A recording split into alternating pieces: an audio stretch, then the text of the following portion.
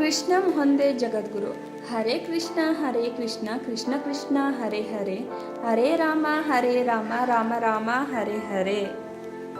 ಯಾವುದು ನಿನ್ನ ಭಾಗ್ಯದಲ್ಲಿದೆಯೋ ಅದು ನಿನಗೆ ಸಿಕ್ಕೇ ತೀರುತ್ತದೆ. ಯಾವುದು ನಿನ್ನದಲ್ಲವೋ ಅದು ನೀನು ಎಷ್ಟೇ ಪ್ರಯತ್ನಿಸಿದರೂ ಸಿಗಲಾರದು. ಚಿಂತೆ ಬಿಡು, ಜೀವನದಲ್ಲಿ ಬರುವುದೆಲ್ಲ ಬಂದಂತೆ ಸ್ವೀಕರಿಸು. ನಮ್ಮ ಬದುಕೇ ಒಂದು ಹೋರಾಟ. ಈ ಹೋರಾಟದಲ್ಲಿ ನಾವು ಮಾಡುವ ಕಾರ್ಯವನ್ನು ಪ್ರಾಮಾಣಿಕವಾಗಿ ಮಾಡಬೇಕು. ಏನು ಆಗಬೇಕು ಅದು ಹಾಗೆಯೇ ತೀರುತ್ತದೆ. ಅದನ್ನು ತಡೆಯಲು ನಮ್ಮಿಂದ ಸಾಧ್ಯವಿಲ್ಲ. ಸತ್ಯದ ದಾರಿಯಲ್ಲಿ ಹೋಗು. ನೀನು ನಡೆಯುವಾಗ ಪಾತಾಳಕ್ಕೆ ಬಿದ್ದರೂ ನಿನ್ನನ್ನು ಮೇಲೆತ್ತಲು ನಾನು ಬಂದೇ ಬರುತ್ತೇನೆ. ಆಗುವುದೆಲ್ಲ ಒಳ್ಳೆಯದೇ ಆಗುತ್ತಿದೆ, ಆಗಲಿರುವುದು ಸಹ ಒಳ್ಳೆಯದೇ ಆಗಲಿದೆ. ರೋಧಿಸಲು ನೀನೇನು ಕಳೆದುಕೊಂಡಿರುವೆ? ಕಳೆದುಕೊಳ್ಳಲು ನೀನು ತಂದಿರುವುದಾದರೂ ಏನು? ನಾಶವಾಗಲು ನೀನು ಮಾಡಿರುವುದಾದರೂ ಏನು? ನೀನೇನು ಪಡೆದಿದ್ದರೂ ಅದನ್ನು ಇಲ್ಲಿಂದಲೇ ಪಡೆದಿರುವೆ. ಸ್ವರ್ಗದಲ್ಲಿ ಎಲ್ಲವೂ ಇದೆ, ಆದರೆ ಸಾವಿಲ್ಲ. ಭಗವದ್ಗೀತೆಯಲ್ಲಿ ಎಲ್ಲವೂ ಇದೆ, ಆದರೆ ಸುಳ್ಳಿಲ್ಲ. ಜಗತ್ತಿನಲ್ಲಿ ಎಲ್ಲವೂ ಇದೆ, ಆದರೆ ನೆಮ್ಮದಿ ಇಲ್ಲ. ಇವತ್ತಿನ ಎಲ್ಲ ಮಾನವರಲ್ಲಿ ಎಲ್ಲವೂ ಇದೆ, ಆದರೆ ಶಾಂತಿ ಇಲ್ಲ. ಮನಸ್ಸಿಗೆ ಮದವೇರಿದಾಗ ಸ್ಮಶಾನದಲ್ಲಿ ತಿರುಗಾಡಿ ಬರಬೇಕಂತೆ. ಏಕೆಂದರೆ ಅಲ್ಲಿ ನಾನು ನನ್ನಿಂದಲೇ ಎಂದು ಹೇಳಿದ ಎಷ್ಟೋ ಜನ ಮಣ್ಣಾಗಿರುವವರು ಕಾಣಿಸುತ್ತಾರೆ. ಭಗವಂತ ತಡ ಮಾಡಿದರೂ ನ್ಯಾಯ ಮಾಡುತ್ತಾನೆ, ಆದರೆ ಅನ್ಯಾಯ ಮಾಡುವುದಿಲ್ಲ. ತಡ ಆಗುವುದರ ಹಿಂದೆ ಅದ್ಭುತಗಳು ನಡೆಯುತ್ತವೆ, ಕಾದು ನೋಡಬೇಕು ಅಷ್ಟೇ. ಎಲ್ಲರೂ ಹೇಳುತ್ತಾರೆ, ಮನುಷ್ಯ ಬರುವಾಗ ಖಾಲಿ ಕೈಯಲ್ಲಿ ಬರುತ್ತಾನೆ, ಖಾಲಿ ಕೈಯಲ್ಲಿ ಹೋಗುತ್ತಾನೆ ಎಂದು. ಆದರೆ ಮನುಷ್ಯ ಬರುವಾಗ ಭಾಗ್ಯದ ಜೊತೆ, ಹೋಗುವಾಗ ಕರ್ಮದ ಫಲ ಕೊಂಡು ಹೋಗುತ್ತಾನೆ. ಬದುಕುವುದಕ್ಕಾಗಿ ದುಡಿಯುವುದು ಅನಿವಾರ್ಯ. ಹಾಗಂತ ಫಲದ ಮೇಲೆ ಕಣ್ಣಿಟ್ಟು ಕೆಲಸ ಮಾಡಿದರೆ ನಿರಾಸೆ ಹೆಚ್ಚು. ಕೆಲಸವನ್ನು ಶ್ರದ್ಧೆಯಿಂದ ಪ್ರೀತಿಯಿಂದ ಮಾಡಿದರೆ ಫಲ ಇಂದಲ್ಲ ನಾಳೆ ದೊರಕಿಯೇ ದೊರಕುತ್ತದೆ. ಒಂದು ಬಾರಿ ಅರ್ಜುನ ಶ್ರೀಕೃಷ್ಣನನ್ನು ಕೇಳಿದ, ಈ ಗೋಡೆಯ ಮೇಲೆ ಒಂದು ಸಂದೇಶವನ್ನು ಬರಿ. ಅದು ಹೇಗಿರಬೇಕು ಅಂದರೆ, ಖುಷಿಯಲ್ಲಿದ್ದಾಗ ಓದಿದರೆ ದುಃಖವಾಗಬೇಕು, ದುಃಖವಿದ್ದಾಗ ಓದಿದರೆ ಖುಷಿಯಾಗಬೇಕು ಎಂದು ಅರ್ಜುನ ಕೇಳಿದಾಗ ಶ್ರೀಕೃಷ್ಣ ಬರೆದ, ಈ ಸಮಯ ಕಳೆದು ಹೋಗುತ್ತದೆ.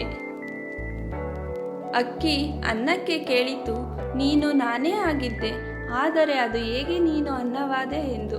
ಅನ್ನ ಸುಂದರವಾಗಿ ಉತ್ತರಿಸಿತು, ನೀರು ಮತ್ತು ಬೆಂಕಿಗಳ ಸ್ಪರ್ಶಕ್ಕೆ ಒಳಗಾದೆ, ಅವುಗಳ ಸಂಸ್ಕಾರದಿಂದ ಮೃದುವಾದೆ, ಮಧುರವಾದೆ. ಅಕ್ಕಿ ಎನ್ನುವ ಭಾವ ಕಳೆದುಕೊಂಡೆ, ಅನ್ನ ಎನ್ನುವ ಅನುಭವ ಪಡೆದುಕೊಂಡೆ ಎಂದಿತು. ಅದೇ ರೀತಿ ಸಜ್ಜನರ ಸಂಘದಿಂದ ನಮ್ಮಲ್ಲಿರುವ ಅಜ್ಞಾನ ದೂರಿತ ದುಮ್ಮನಗಳ ಭಾವ ಕಾಠಿಣ್ಯತೆ ತೊಲಗಿ ಪುಣ್ಯ ಜ್ಞಾನ ಮೋಕ್ಷಗಳ ಮೃದುತ್ವದ ಅನುಭವ ದೊರೆಯುತ್ತದೆ. ಚಿಂತಿಸಲು ನೀನೇನು ಪಡೆದುಕೊಂಡಿರುವೆ? 3 ದಿನದ ಈ ನಾಟಕದಲ್ಲಿ ಕಳೆದುಕೊಳ್ಳಬೇಕಾಗಿರುವುದು ಕರ್ಮ ಒಂದೇ, ಪಡೆಯಬೇಕಾಗಿರುವುದು ಪುಣ್ಯ ಒಂದೇ. ದುಃಖದ ಬಗ್ಗೆ ಚಿಂತಿಸಿ ತೊಡಗಿದರೆ ಸದಾ ದುಃಖಿಯಾಗಿಯೇ ಉಳಿಯುತ್ತೀಯ. ಸದಾ ಸುಖ ಸಂತೋಷಗಳನ್ನು ಜ್ಞಾನಿಸುತ್ತಿದ್ದರೆ ಮುಂದೆ ಸುಖಿಯಾಗುತ್ತೀಯ.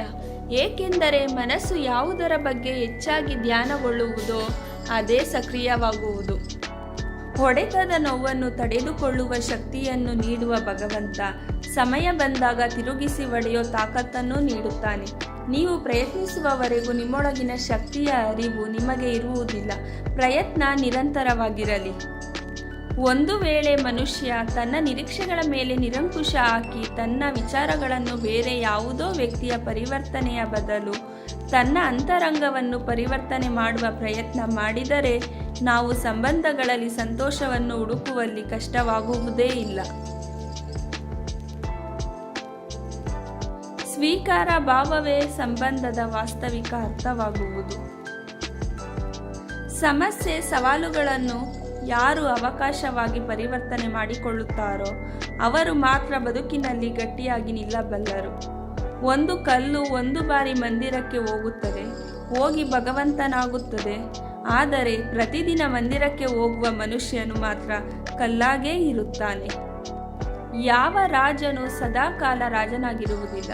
ಯಾವ ಶ್ರೀಮಂತನೂ ಕೊನೆಯವರೆಗೂ ಶ್ರೀಮಂತನಾಗಿರುವುದಿಲ್ಲ, ಯಾವ ಬಡವನು ಕೊನೆಯವರೆಗೂ ಬಡವನಾಗಿ ಇರುವುದಿಲ್ಲ. ಈ ಜಗತ್ತಿನಲ್ಲಿ ಯಾವುದು ಕೂಡ ಶಾಶ್ವತವಲ್ಲ. ಪರಿವರ್ತನೆ ಜಗದ ನಿಯಮವಾಗಿದೆ. ಬದುಕಿನಲ್ಲಿ ಅತಿಯಾಗಿ ಮೌನವಾಗಿರುವುದು ಒಳ್ಳೆಯದಲ್ಲ. ಸಮಯಕ್ಕೆ ಸರಿಯಾಗಿ ತಪ್ಪುಗಳನ್ನು ವಿರೋಧಿಸುವುದನ್ನು ಕಲಿಯಿರಿ. ದೇವರು ನಮ್ಮ ಜೊತೆಗಿಲ್ಲ, ನಮ್ಮ ಮನಸ್ಸಿನಲ್ಲಿಯೂ ಇಲ್ಲ. ದೇವರು ಕೇವಲ ನಮ್ಮ ಆತ್ಮವಿಶ್ವಾಸದಲ್ಲಿ ಇರುತ್ತಾನೆ. ಯಾವಾಗ ಮನುಷ್ಯನು ತಾನು ಮಾಡಿದ ಕರ್ಮದ ಫಲಗಳನ್ನು ಇದೇ ಜನ್ಮದಲ್ಲಿ ಅಥವಾ ಮುಂದಿನ ಜನ್ಮದಲ್ಲಿ ಅನುಭವಿಸಬೇಕಾಗುತ್ತದೆ ಎಂಬ ಜ್ಞಾನವನ್ನು ಅರಿತುಕೊಳ್ಳುತ್ತಾನೋ ಆಗ ಇಡೀ ಜಗತ್ತು ಬದಲಾವಣೆಯತ್ತ ಸಾಗಿಬಿಡುತ್ತದೆ.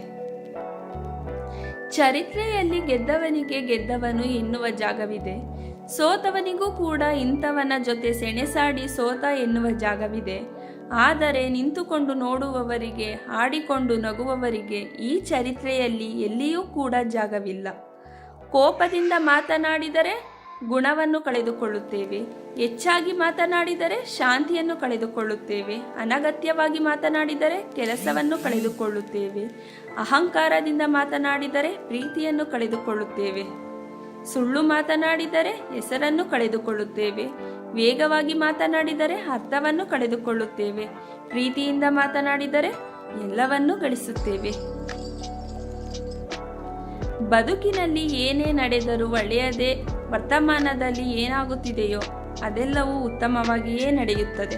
ಮುಂದೆ ಏನಾಗುವುದು ಅದೆಲ್ಲವೂ ಚೆನ್ನಾಗಿಯೇ ಇರುತ್ತದೆ. ಭವಿಷ್ಯದ ಬಗ್ಗೆ ಚಿಂತಿಸಬೇಡಿ, ವರ್ತಮಾನದಲ್ಲಿ ಜೀವಿಸಿ. ಒಂದು ಬಾರಿ ಅರ್ಜುನ ಶ್ರೀಕೃಷ್ಣನನ್ನು ಕೇಳುತ್ತಾನೆ, ಎಲ್ಲವೂ ಹಣೆಬರಹದಲ್ಲಿ ಬರೆದಿದ್ದರೆ ಪ್ರಯತ್ನ ಪಟ್ಟು ಫಲವೇನು ಎಂದ. ಆಗ ಶ್ರೀಕೃಷ್ಣನು ಉತ್ತರಿಸುತ್ತಾನೆ, ಯಾರಿಗೆ ಗೊತ್ತು, ಪ್ರಯತ್ನ ಪಟ್ಟರೆ ಸಿಗುತ್ತದೆ ಎಂದು ಹಣೆಬರಹದಲ್ಲಿ ಬರೆದಿದ್ದರೆ. ಪ್ರಯತ್ನಂ ಸರ್ವಸಿದ್ಧಿ ಸಾಧನಂ. ಒಮ್ಮೆ ನಾರದರು ಶ್ರೀಕೃಷ್ಣನನ್ನು ಕೇಳಿದರಂತೆ, ಈ ಪ್ರಪಂಚದಲ್ಲಿ ಎಲ್ಲರೂ ದುಃಖಿಗಳಾಗಿದ್ದಾರೆ, ಏಕೆ ಎಂದು. ಆಗ ಶ್ರೀಕೃಷ್ಣನು ಮುಗುಳ್ನಗುತ್ತಾ ಹೇಳಿದರಂತೆ, ಸುಖ ಎಲ್ಲರ ಬಳಿಯೂ ಇದೆ, ಆದರೆ ಎಲ್ಲರೂ ಇನ್ನೊಬ್ಬರ ಸಂತೋಷದಿಂದ ದುಃಖಿಗಳಾಗಿದ್ದಾರೆ ಅಷ್ಟೆ. ನೆಮ್ಮದಿ ಯಾವುದೇ ವಸ್ತು ಹಣದಲ್ಲಿ ಇರುವುದಿಲ್ಲ, ನಮ್ಮ ಆಲೋಚನೆ ಮತ್ತು ಮನಸ್ಸಿನಲ್ಲಿ ಇರುತ್ತದೆ. ಕಷ್ಟಪಡದೆ ಸಿಕ್ಕ ಫಲ ಎಂದಿಗೂ ಸುಖವನ್ನು ಕೊಡುವುದಿಲ್ಲ. ಸುಖವನ್ನು ಕಷ್ಟಪಡುವುದರಲ್ಲಿ ಹುಡುಕಿ. ಸ್ನಾನ ದೇಹವನ್ನು, ಧ್ಯಾನ ಮನಸ್ಸನ್ನು, ದಾನ ಧನವನ್ನು, ಯೋಗ ಜೀವನವನ್ನು, ಪ್ರಾರ್ಥನೆ ಆತ್ಮವನ್ನು, ವೃತ ಆರೋಗ್ಯವನ್ನು, ಕ್ಷಮೆ ಸಂಬಂಧಗಳನ್ನು, ಪರೋಪಕಾರ ಅದೃಷ್ಟವನ್ನು ಪವಿತ್ರಗೊಳಿಸುತ್ತದೆ. ಕೇವಲ ದೇವರನ್ನು ಪೂಜಿಸುವುದರಿಂದ ಪುಣ್ಯ ಬರುವುದಿಲ್ಲ. ಉತ್ತಮ ಬುದ್ಧಿ, ಉತ್ತಮ ಯೋಚನೆ, ಉತ್ತಮ ಕೆಲಸ, ಉತ್ತಮ ಮಾತು, ಉತ್ತಮ ವರ್ತನೆ, ಕರುಣೆ, ಅಹಿಂಸೆಯಿಂದ ಪುಣ್ಯ ಸಿಗುತ್ತದೆ. ಮುಂಬರುವ ಜನ್ಮಕ್ಕೆ ಈ ಜನ್ಮವೇ ಬುನಾದಿಯಾಗಿರುವುದು ನಿಜ. ಹರೇ ಕೃಷ್ಣ. ಕೃಷ್ಣಂ ಒಂದೇ ಜಗದ್ಗುರು.